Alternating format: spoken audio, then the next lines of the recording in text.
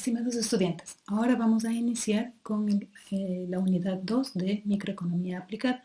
En esta unidad veremos la introducción al equilibrio parcial y general, y los subtemas son la economía de intercambio puro y la eficiencia y equilibrio en una economía con producción. Una vez revisada esta unidad, el estudiante estará en capacidad de comprender cómo actúan los individuos, de interpretar una caja de Edward, el núcleo de transformación, la curva de contrato, tanto a nivel de individuos como a nivel de empresas con las isocuantas. Para iniciar vamos a entender qué es una economía de intercambio puro. Se entiende, los supuestos en esta economía de intercambio puro es que el individuo está en mejor posición si toma sus propias decisiones. La utilidad de un consumidor depende del volumen de bienes y servicios que tiene a su disposición. Todos los bienes son privados puros, es decir, que si que una persona consume un bien, no tiene opción para que otra lo consuma. Y todas las funciones son continuas, diferenciables y convexas. La caja de Edward es una teoría en la que se plantea el estudio de dos individuos y cómo se divide la asignación inicial de bienes o la dotación inicial de bienes que tienen estos individuos. Se lo grafica como dos planos cartesianos, el uno en forma normal y el otro de forma invertida, con la asignación de dos bienes para cada uno de los individuos. La combinación de los bienes se conoce como cesta de bienes y cada uno de los individuos tiene la asignación de acuerdo a lo que existe en un mercado. En el siguiente ejemplo tenemos los individuos Jaime y Cecilia. En el mercado existe la asignación total de 10 vestidos, de 10 unidades de alimentos y 6 unidades de vestido. A Jaime le ha correspondido en la dotación inicial 7 de alimentos y 1 de vestido, y a Cecilia le ha correspondido 3 de alimentos y 5 de vestido. La asignación inicial entonces está en el punto A, como habíamos dicho, 7 de alimentos y 1 de vestido para Jaime, y para Cecilia 3 de alimentos y 5 de vestido. Si es que los dos llegaran a una negociación, podrían pasar, por ejemplo, al punto B, en el que Jaime tendría 6 de alimentos y 2 de vestido, y Cecilia tendría 4 de alimentos y 4 de vestido. ¿Cómo se puede decidir esto? ¿Cómo se asigna de la mejor manera los bienes o la cesta de bienes que existe en una economía?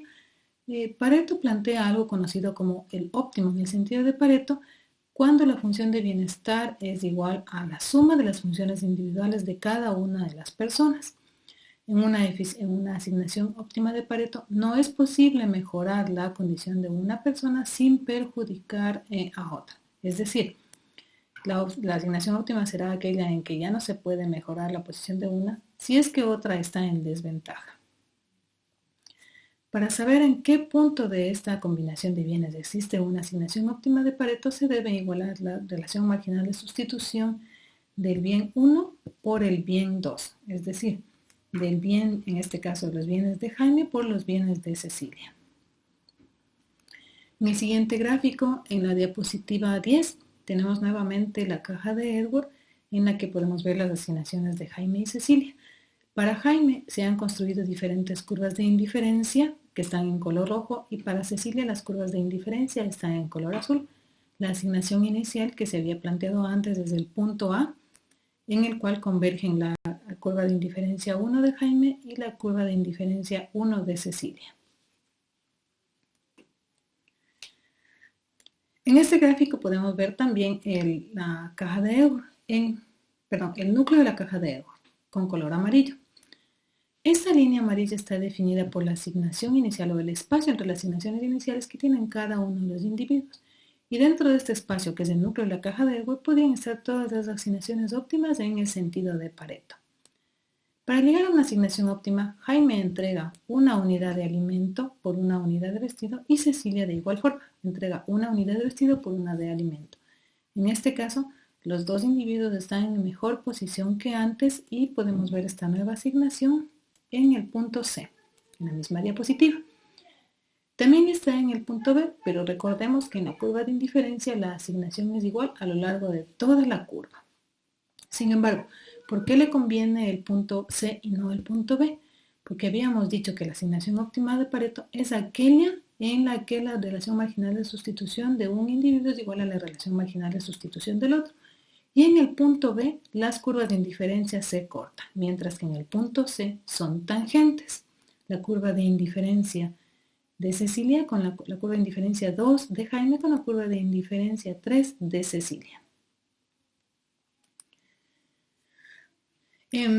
La caja de Edward además grafica aquello que se conoce como la curva de contrato. La curva de contrato es una curva que va desde el origen de la asignación del individuo 1 al origen de la asignación del individuo 2 y va uniendo todas las asignaciones eficientes en el sentido de Pareto. Es decir, pueden haber diferentes asignaciones óptimas como vemos en el gráfico con cada grupo de curvas de indiferencia que están intersecadas, en las cuales la relación marginal de sustitución es la misma. Wallace había propuesto que, en realidad, en una economía, para que exista equilibrio, la demanda debería ser igual a cero si es que todo lo que se ha producido se ha vendido. En este caso, todo lo producido menos todo lo vendido debía ser igual a cero y esta es la condición de equilibrio. Esto lleva a plantear el primer y segundo teorema de bienestar en una función en una economía sin producción. En primer lugar, en una economía de intercambio puro es aquella en la que no hay producción y el equilibrio competitivo es eficiente en el sentido de Pareto, el equilibrio competitivo o Walrasiano.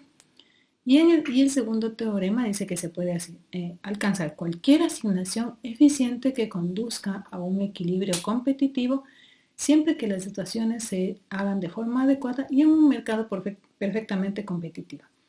Estos teoremas apoyan de alguna forma el mercado en competencia perfecta.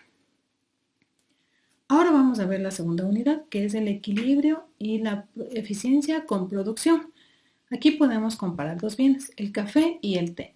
En el gráfico de la derecha tenemos el café y en el gráfico de la izquierda tenemos el café y en el gráfico de la derecha tenemos el té.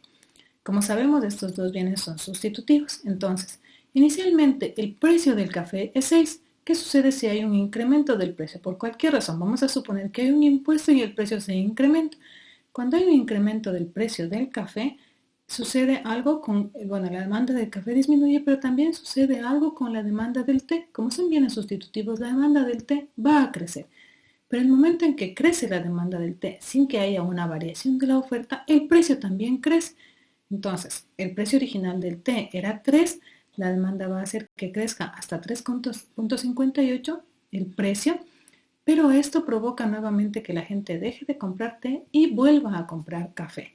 Y posiblemente, otra vez, ante una presión en la demanda del café, cuando no hubo variación en la oferta, el precio del café va a subir. También se puede analizar las asignaciones eficientes en el sentido de Pareto en economías con producción. Pero en economías con producción ya no vamos a analizar solamente dos individuos, sino qué sucede con las empresas. Recordemos que la producción de las empresas se basa en las isocuantas, que es la combinación de los factores productivos. Y lo que tendríamos que saber es en qué momento dos funciones de producción tienen las isocuantas intersecadas y en ese punto las relaciones marginales de sustitución se igualan. Esto podemos ver en el gráfico de la diapositiva 17. En el cuadro donde dice conjunto de Pareto tenemos las diferentes combinaciones de isocuantas. Tenemos también la curva de contrato que es la que va uniendo las isocuantas. Y vemos que en un gráfico, en una línea recta, está determinando que la relación marginal de sustitución de estas dos curvas de indiferencia o isocuantas son intersecantes y por lo tanto esa es una asignación óptima de Pareto. Cuando se reúnen todas las curvas de contrato, se forma aquello que se conoce como la curva de transformación. Pero antes revisemos la frontera de posibilidades de producción. Recordemos de los conceptos básicos de economía que la frontera de posibilidades de producción es lo que puede producir un país dada la dotación de factores productivos que tiene. Pues para saber la condición óptima en la que debería estar esta producción, se traza con la cantidad de producción una recta y cuando estas dos curvas se intersecan, la frontera de posibilidades de producción con la recta de producción, se igualan las relaciones marginales de sustitución, en este caso de transformación, porque es una empresa y ese es el punto óptimo de producción. Habíamos dicho que cuando se igualan las curvas de transformación, las asignaciones óptimas en la curva de contrato, tenemos la curva de transformación, que es la variación de X y Y a lo largo de la curva de contrato con las asignaciones óptimas. Y esto nos lleva a plantear el primer y segundo teorema de una economía con producción. En primer lugar, en una economía con producción, si todas las empresas actúan como maximizadoras competitivas de los beneficios, el equilibrio competitivo será eficiente en el sentido de Pareto. Y el segundo teorema nos dice que todas las asignaciones eficientes constituyen un equilibrio competitivo posible siempre y cuando todas las curvas tengan preferencias convexas, es decir, más de un bien y menos del otro porque tienen que elegir, y también lo tengan los conjuntos de producción de las empresas. Muchas gracias.